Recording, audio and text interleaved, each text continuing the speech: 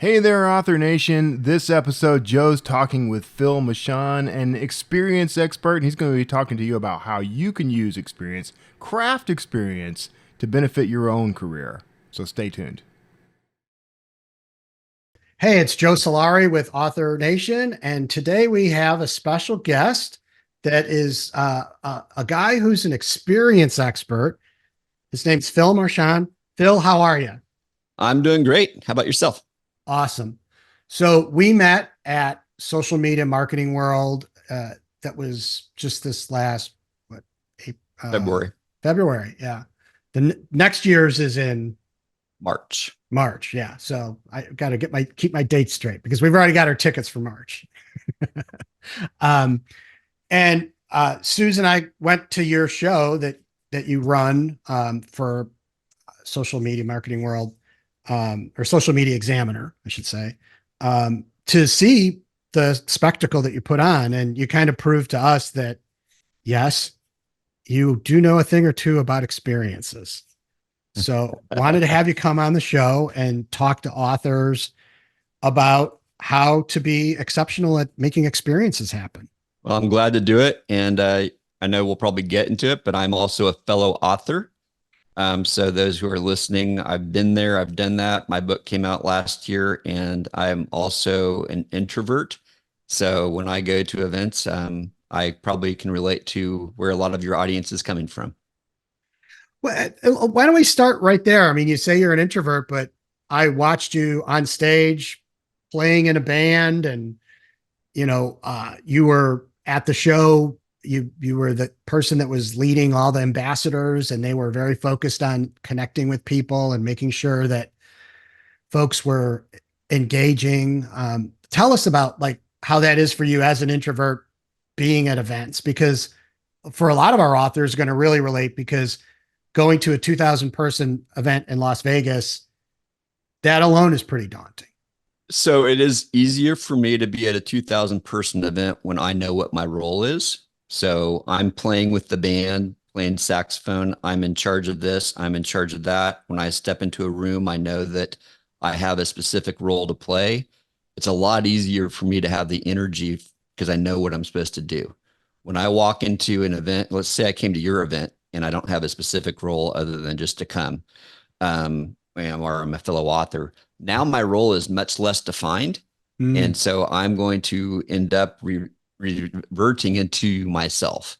mm, So the better I can define my roles and think ahead of who do I know, what do I need to be doing, and this is what I try to do to help the introverts come into our audience, our event. mhm. 50 to 70%, depending on how you ask them the question, will say that they're introverted coming to a social media marketing conference, which you might find to be surprising. But marketers are not the same as salespeople, and marketers actually love to sit behind their computer and do all their work and not necessarily go out and meet lots of people. And so we do a lot of things to help them. And I'm helping myself because I can identify with what they're feeling. So if Mm. I can break the event down and make it into something that's a lot easier to understand and help people understand their role, and they've got friends that they're meeting with as opposed to strangers. I think that drops barriers right away when people know they're going to meet with friends. These aren't enemies. These are people who are for me. They are like me in a lot of Mm. ways. So if I can go to a meetup of other, B2B writers, let's just say, I'm an event writer. I wrote a book about creating experiences at events. So if I could be in a group of other writers who write about the same thing, all of a sudden I'm with my people. I feel comfortable. I'm with my people when I'm playing music. That's Mm. that's super easy for me. For a long time, it was a lot easier to play music on stage than it was to speak. I'm accomplished as a speaker now, but earlier in my career, I was scared to death of standing on a stage and speaking. For sure, for sure. And I think it's interesting you talk about like defining your role. And it's okay to do that, like to actually have that part of your process of going to events. Like I'm coming here as my author persona, when I'm going to be in front of readers, or I'm coming here as a professional author to learn more, like to really help think through, what you are. And also, the other point is understanding that everyone there is like at least 50 to 70% of the people are more concerned about their own introversion than yours. Yeah, that's very true. Right. Like we're all thinking like everyone's looking at me. It's like, no, everyone's thinking everyone's looking at them. Nobody's looking at anybody. Yeah, exactly. So how long have you been doing the social media marketing world? So I've been around, we've done it 11 times, which is over 12 years because we took a year off during COVID. Mhm. So I've been part of it. I've been full time with the company for 12 years and been with the company for 14. Okay. And maybe give us a little history of like how, as you guys learned about doing events and learning about your customers, you saw opportunities to enhance the experience, or maybe even that kind of moment where it's like, oh, this is the experience thing. This like it's about this. It's not about having people showing slides on stage. Yeah, it's definitely been an evolution over time. Like before working with Social Media Examiner, I was a worship pastor for churches, I was a corporate trainer, and I worked for nonprofits. So I've been doing events for most of my career in some form or another. This is the largest event that I've been part of, but I've been part of a lot of other events. But through the series of doing it for 11 years now, um, there's a few things that we learned. Early on, we knew customer service was going to be one of our core values, that we wanted to put a high priority on that. So I would find myself studying Ritz Carlton's and great restaurants and other places, Neiman Marcus, places that are known for customer service, and saying, well, how can we embody that? And Mm, along the way, I came across a guy named John DeJulius. He spoke for us one year, but then I was invited to his conference, and they had a methodology that helped us think through experience making and how do you take something that's ordinary and make it something that you would call above and beyond, something that is going to be unforgettable. And you experienced some of those kinds of things when you came to the conference this year, because of thinking that we learned back in the early years of mm, we need to think through the key moments throughout the event, things where something could go wrong, and how do we make it go right? And how could we even not just make it go right, but go well? And then what are other things that we can just do that people are going to find to be extraordinary and unusual and therefore memorable? And that's something I love to think about, is how do you make this memorable? I think most of your authors are probably trying to create experiences in the book that keep people reading. We know the best books get people turning the pages and going to the yes. next chapter. I can't put this down. If you can create an event that does that, like even the best Netflix series, always leave you with that cliffhanger at the end. It's like, oh, should I watch another one or not? And I think a great event does that too. It keeps you engaged and makes you re-enlist at various points. And I think those are the kinds of experiences that have to be thought about. It's not just, and I call this brick and mortar. I don't know if you probably don't even know I call it this, but an event, the bricks are your agenda. So when Okay. you're creating your event for your Author Nation event, anything that you would put on a piece of paper and say, this is the agenda, those are bricks. These are things that we've put a lot of thought into. We want to make sure these things go well. Quality is super important. But if you don't have the mortar holding bricks together when you're building a wall, the bricks are going to fall down the first time there's an earthquake or a wind gust. At an Mm, event, your mortar is the stuff that holds it together, and I don't want to pretend to write a fiction book because I'm a nonfiction writer, but I know there's a lot of things that go into writing a story that hold it together, that make people go from scene to scene. And as a musician, I understand, compositionally, there's things that you do that take you from theme to theme, from mm, section to section. And so experience is what goes there. So it's how you present something. It's the way an MC connects speaker A to speaker B to speaker C. It's the way that you've got design built into the experience that is enhancing it and not distracting from it. no, that's a really good point. And I think when we talk about experience for an author, there's the actual reading experience or listening experience that happens. And I've, Mm. a lot of my stuff that I put out to authors in the last year or so has been around that they are in this experience business.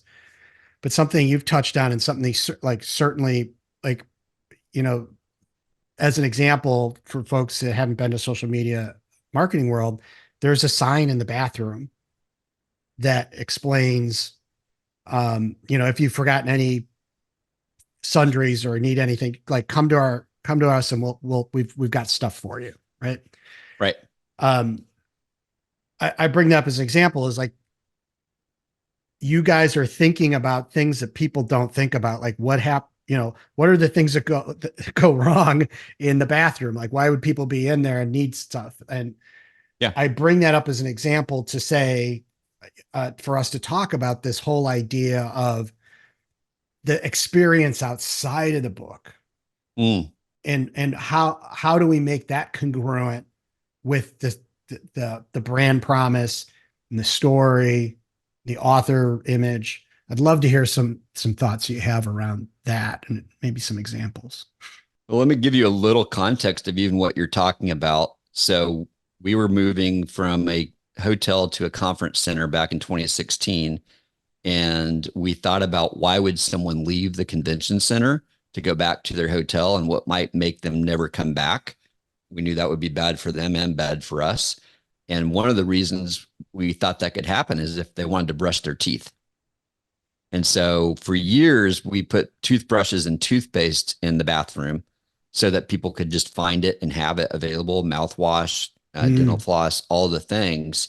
Since COVID, we've not done that as much because people are a little bit more concerned about sanitary things. And so that's why there's a sign there. But it's all driven by we anticipated this being a problem and something that a need that people had.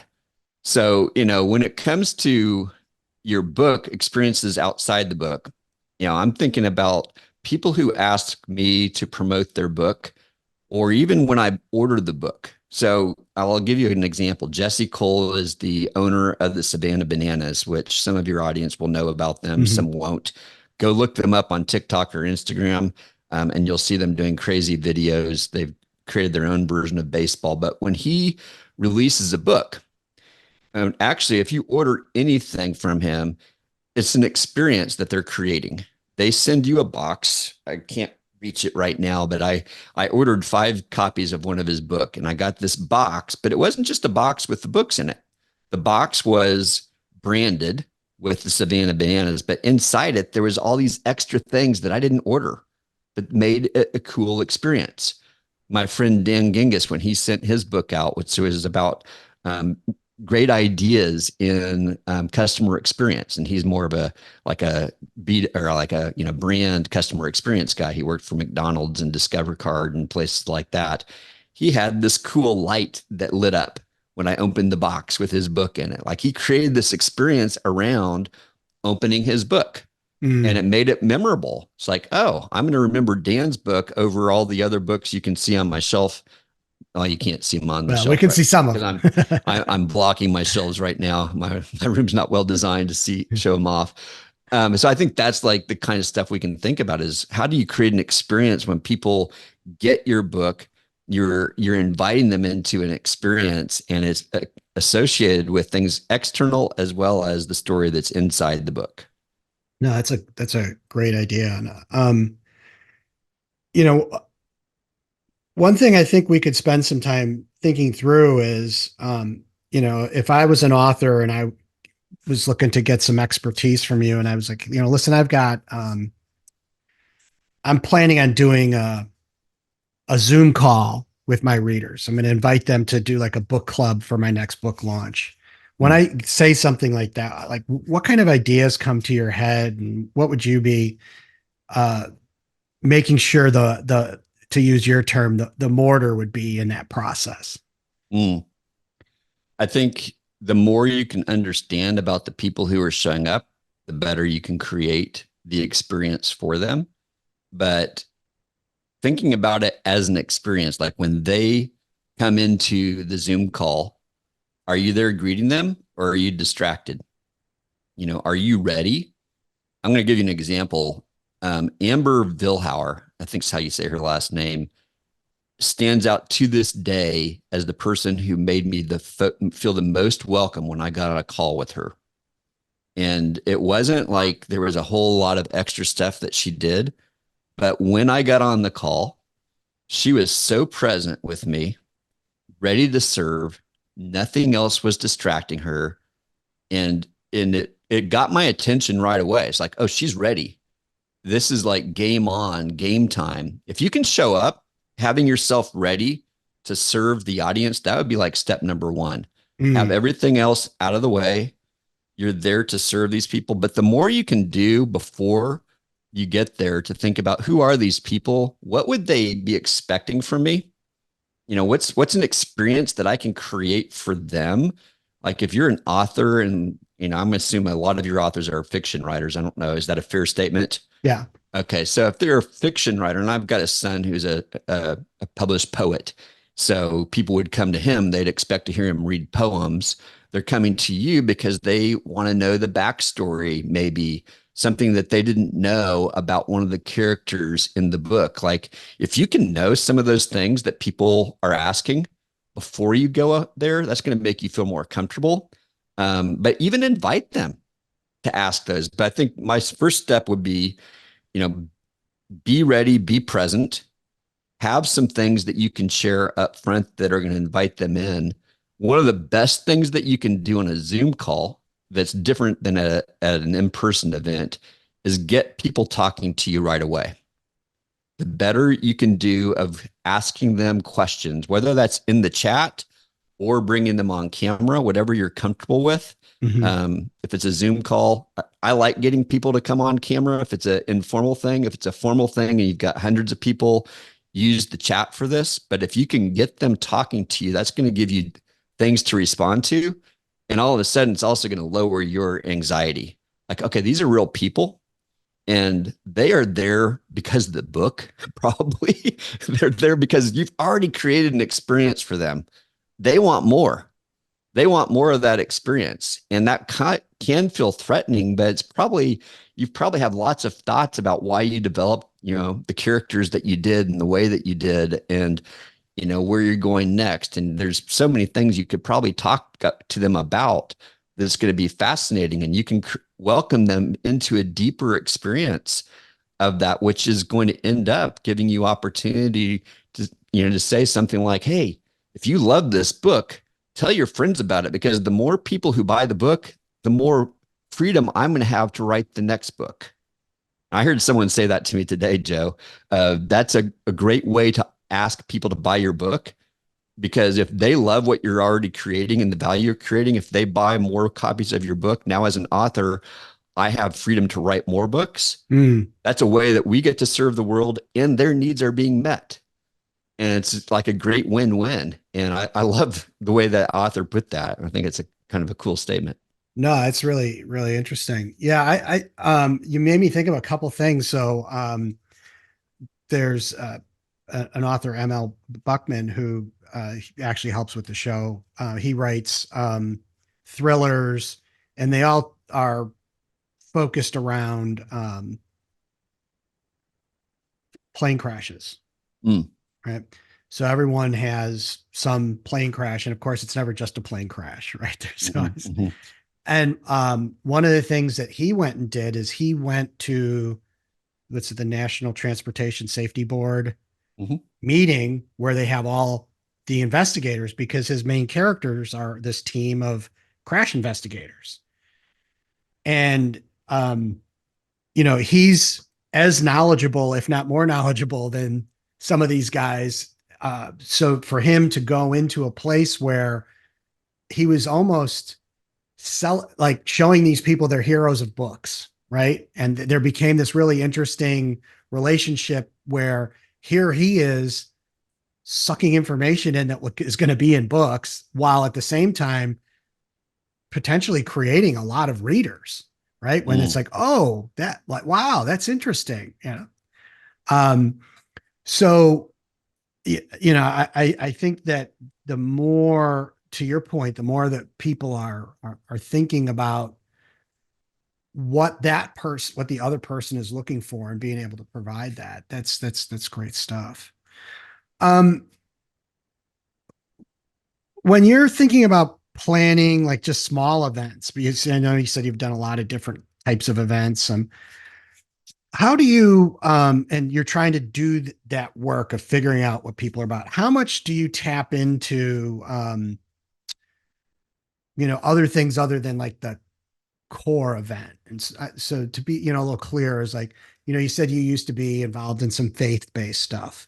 Mhm. um you know there's a lots of facets to that. There's the actual worship part, but then there's also the community part. So like if you could kind of talk about how you play with both of those pieces of like kind of the subject matter as well as like making the community connect. And because like the best thing I've ever seen happen at these events is when you almost become non-essential, right? Like the community becomes this organism of their own where they're chatting about your books or they're chatting about what other books they're reading or like, and I know authors a lot of times will say to me, well, what, I don't think I'll be able to get to talk to everybody. I'm like, that's not the point. Yeah, you ask a really interesting question that there's a lot of ways I can answer that. When I'm planning events, there's usually a sequence of questions that I'm asking to prepare. And some of it is specifically about the content, what content is needed and what's the best way to support that. And if it's a small event, let's say it's a book signing and maybe you're going to do a reading, the content is really kind of easy. You may say, what chapter am I going to read? But what's that experience going to be? I always think about, when does this event start? And in my mind, any event starts when somebody decides they're going to come. They buy a ticket, they hear you're doing a book signing at the ABC library in your local town or wherever it might be. And they just say, they put it on their calendar. I'm coming to this event. And that's when it has started, the commitment to the event. So your ability to cultivate the experience begins then.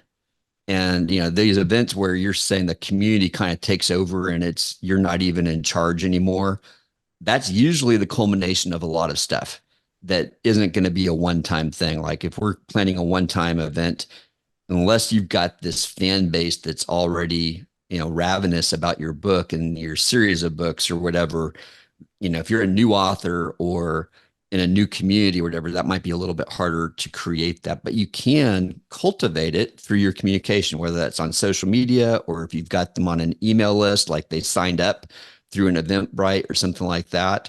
They've signed up to come to your event. You have the ability to prepare them.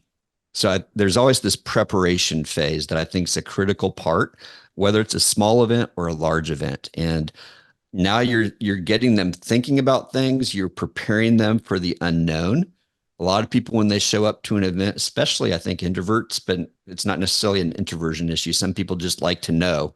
Other people just like to show up and experience it. They're Mm. fine with the chaos, right? And there's a continuum on that. It's not A or B, it's like A through Z. But so how do you prepare them?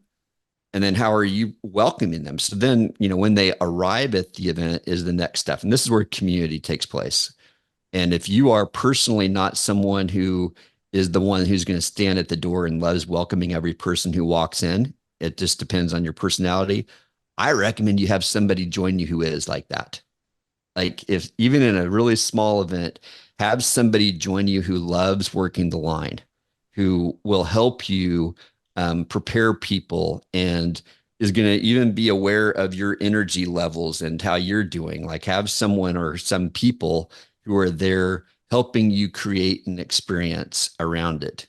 So, and then this really depends on the event that we're planning on, what you do from the time they walk in the door to the time that the experience itself is happening. A lot of people, when they're planning events, only look at the hour of the experience. Like, okay, from 8 to 9 is the book signing and book reading. And many people, when they plan an event, that's what they focus on. I encourage you to say, okay, doors opened at 7. What's happening from 7 to 8? What kind of experiences can be happening then? what kind of music are you playing? How have you designed the room? And many of you probably are thinking about posters that you're going to put up and the ways that you're making it easy to manage the line. And that's all good. But what's the experience like if you're a fan standing in line or you're just mingling during that time? Are there drinks available? Are there snacks available? Um, is this a comfortable environment? Have you made it part of your experience? Like if you've got this really cool otherworldly experience that you've created in your book, could you create some element of that? Mm. Like, depending on your budget and what you're willing to do, like you've got an opportunity to create an experience here, even if it's only 20 or 25 of your most ravenous fans, or if it's hundreds of people that are coming through, or it's two. We've all, as authors, been to the book signings where only two people come up. I did one where I had one book purchased. Lots of people stopped to talk to me, but only one person bought a book. It's like, well, that was fun. You know, felt like a has-been or something, but but you got to serve no matter what happens, right? I think that's everyone's biggest fear is like, I'm going to do this and nobody's going to show up. Well, you know what? Then nobody knows. Right. So like it's not like the only one that knows is you. And if only one person shows up, then I think there's, this is kind of uh, an attitude thing. It's like I could have the attitude as like, oh, only one person showed up, or oh, I can have all my attention on this one person Yes. to convert them into a fan. Yes. Right. Like, so again, I think that we get a lot of this is how we're thinking other people perceive us. And it's like every author starts with no readers. Every author. So you have to go through that phase. And in the beginning, appreciate that you do have the time to spend a little more with each of your fans. There's a pastor and leadership coach named Andy Stanley, and he has this phrase, do for one what you wish you could do for everyone. And so when you have that opportunity to serve one or two, do it with excellence. I will never forget, I was in about 8th grade, and I went to Sunday school one week at church, and I was the only person that showed up, and the teacher was there. I'm like, okay, this is a donut day for sure. There's no way that we're having class. Well, he had prepared, and he poured into me for an hour, one-on-one. And I'll never forget that he treated me just as if he had 100 people in the audience. He was someone who was used to speaking to hundreds of people, but I happened to be the only one there that day. And here I am 40 years later. Yeah. And I still remember that he didn't dismiss me or that opportunity. And I think it is easy for us as authors to think, man, I wish I could get the thousands, showing up, and to respect the fact that, you know what, this person took the time to read my book from cover to cover, and something that I poured hundreds of hours into. If you're a typical author, I know I did put hundreds of hours into my book. And so it's a privilege to be able to speak with them about what stood out and, to be able to add more value. So I think that is a mindset shift that's important for us to have when we go into those experiences. No, I love that. I love that. So the other thing I was hoping we could talk a little bit, since you've been working with one of the biggest deals in social media and connected with a lot of heavy hitters that have, changed the industry.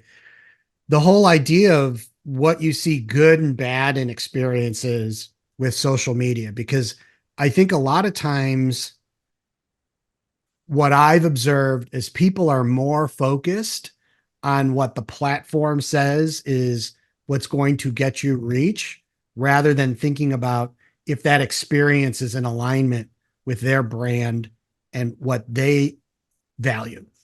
I think you just answered your own question.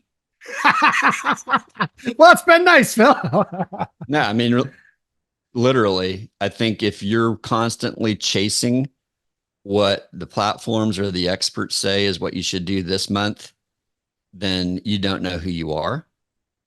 If you know who your audience is and how to serve them, and who you are and how you show up, then not that it's going to like, eliminate the algorithm and all the things that we worry about, but it will allow you to be seen more consistently. And the people who love you will be following you and feel attracted to you, because we all know we're not for everyone. Like, even if you've sold 1 million copies of your book, there's, a gazillion people on the planet who haven't read Right, right, it. right. And, or if you're like the more normal of us and we've sold 1,000 copies of our book, there's, a lot of people who haven't read it yet. But we are for those people. So I think on social media, if we are consistently showing up and know who we're there for and who we are. I had someone challenge me about that this morning saying, hey, your content isn't as clear that you're for this person and not this person. You could get more clear about that in the things that you say and the way you talk about it. And I think that's something that all of us can grow in. Hmm. Well, that's awesome. And I think that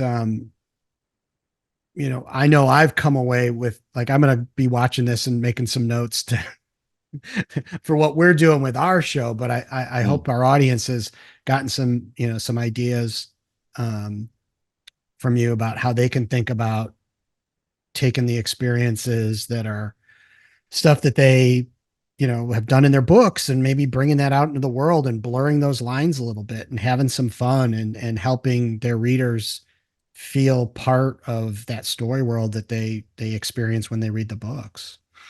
Why don't absolutely. you tell us a little bit about where people can find you, and Yeah. um, your book and all that fun stuff that we typically kind of wrap up with? Yeah. So my website's philmershon.com, and there's a link there if you want to buy the book and get it signed from me, or the book's available anywhere that you buy books online. Glad to have you buy it. There's also some of the other offerings that I have. As far as social media, I'm active mostly on Facebook and LinkedIn, but I am also on Instagram and Twitter. Um, Pretty much avoiding TikTok these days. So those are the 4 platforms. And if you need to send me an email, phil@philmershon.com. Well, it's been awesome having you on, and you know, I personally, thank you, and Suze does as well, for the stuff that you've helped us to think about the show. You're definitely going to have your fingerprint on what we're going to be doing in the future, and you've made me think about a few things that we could do to make it an even better experience, because um, it's I was impressed, and I noticed it the minute I started it wasn't when I was standing in line at tickets. It was as we were walking up to the convention center. It was starting. I could tell. Yeah, I'm glad, because that's the stuff that we want you to feel for your Good. first time. So, So you wanted to kind of end on some stuff that a little thing that you like to do. Um, I'm yeah, I'm I'm up for this. we're going to create an experience, and Okay. here's how it's going to go. I want you to give me 3 words or phrases from our conversation that you're going to take away, and at least one of them needs to be emotional. It needs to be like an emotional connection that you felt. So that Ooh, 2 of them could ooh, be more ideas, but I need at least one emotional response to one what we've emotion. talked about. And then I'm going to create an experience based on what you tell me. Um, okay. So the probably the big thing that hit me was your analogy of the bricks and mortar, Mm, and really okay. thinking through the mortar. Like, Okay. how do I make good mortar? And the thing that I think that I want, like the emotion that I want to mix into that mortar, is uh, belonging and acceptance. Mm, yeah. Okay. So that's 2. You have a third? Um, the other thing is thinking for me, what, again, I don't know what my audience took away, but what the ones that I hooked into was the idea of thinking beyond the event, right? The Okay. agenda, beyond the bricks, right? And not just how they're pulled together with the mortar, but the idea of, like, okay, there there there needs to be some thought about the time coming up to this event, and Yeah. having some more uh more work done on those experiences. I love the way you just said it, beyond the bricks. I've never said it that way myself, but I love that. That's a really interesting way. It's like all this stuff around Yeah. that matters. So here's what I'm going to do. I play soprano saxophone and trained as a jazz saxophonist. And so I'm going to create an experience based on those three ideas of bricks and mortar, belonging, and beyond the bricks. And this will be a one-time experience and song that is for you and your audience and for this moment. So, Wow. Thanks. oh, and I just switch over to sound for music.